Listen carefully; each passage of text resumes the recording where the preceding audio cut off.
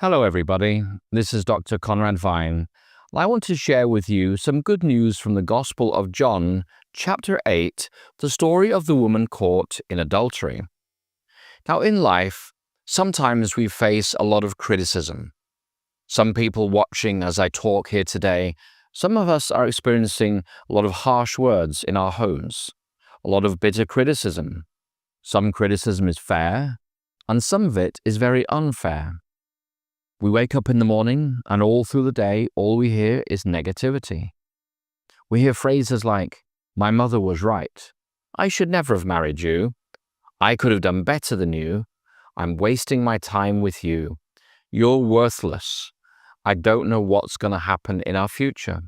And we go through our lives and through our days with this constant negativity. And we wonder, is there any escape from this?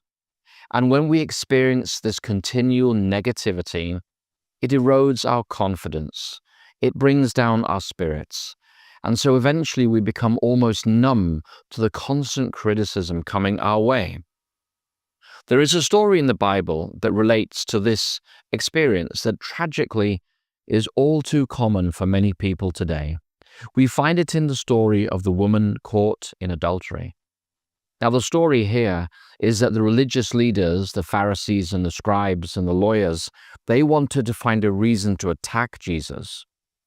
And so one of these leaders seduced this woman. This woman may well have been Mary Magdalene. If so, she may well have been a prostitute. But she was merely a pawn in the hands of those leaders in their attempt to destroy Jesus. And so as we go through this story of this woman, I want you to place yourself in her situation. I want you to imagine, what does she see? What does she hear? What does she taste? And what does she feel? As we go through the story of John 8, this woman first of all hears seductive words. She hears lying words.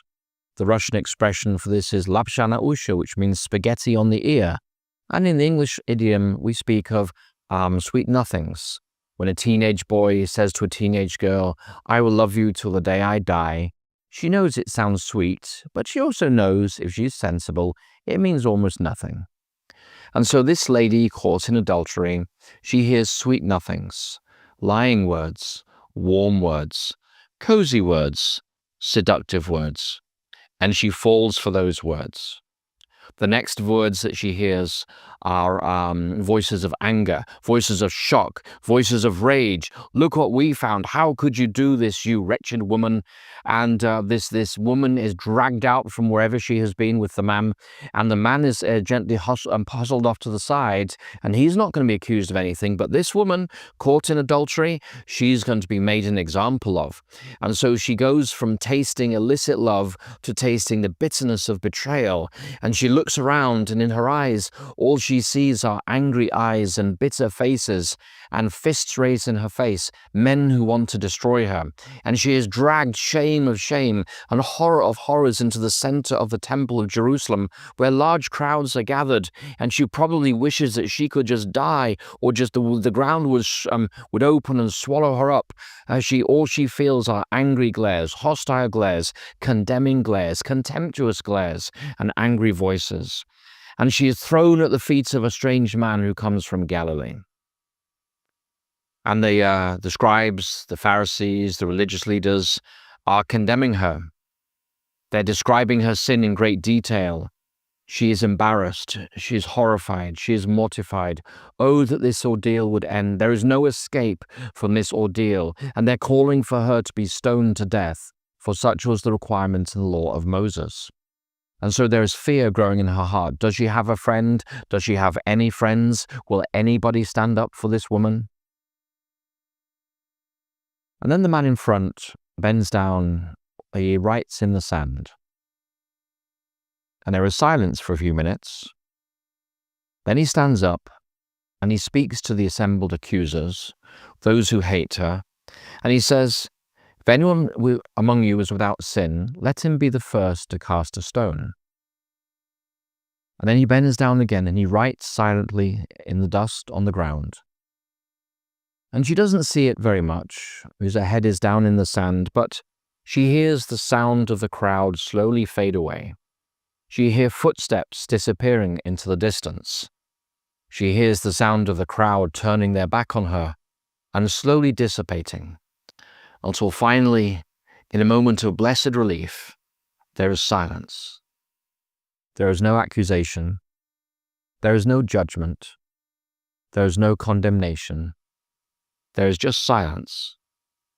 Many people today just yearn for a moment of silence, for a few minutes when the accusation, the condemnation, the sneering and the mockery will stop, and you can be given a few moments of peace. Maybe that's all this woman was hoping for, but not in the eyes of God. He had something far better for this woman. Jesus stands up from writing on the ground, and he says, "Where are they? Has no one condemned you?" The text said, "No one, sir."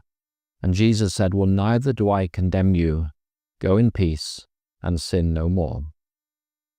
It's a beautiful story because God doesn't just leave her with a moment of silence.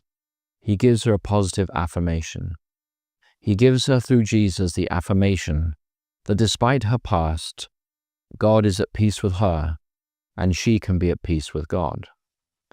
This story is a reminder that in a world of angry words, in a world of accusing words, in a world of bitter words, in a world where all we hear is negativity and a stream of hatred and anger coming our way, this story is a reminder that the only voice that matters is the voice of Jesus, and it's Jesus who has the final word for all who kneel at his feet. And Jesus does not condemn. Yes, he knows our past, but he offers us a better way in the future, and he gives us the promise of peace or reconciliation with God. Jesus has the final word. His word is the only word that matters. So if you're watching this today and you're living through negativity, you're living through constant criticism, all you get from sunup to sundown are people attacking you and demeaning you and diminishing you and making fun of you, I want to give you a word of encouragement today. Jesus knows who you are. He sees where you are. He knows your past. But if you kneel before him today, you ask him to read your heart, you ask him to minister to your heart, he's not going to condemn you.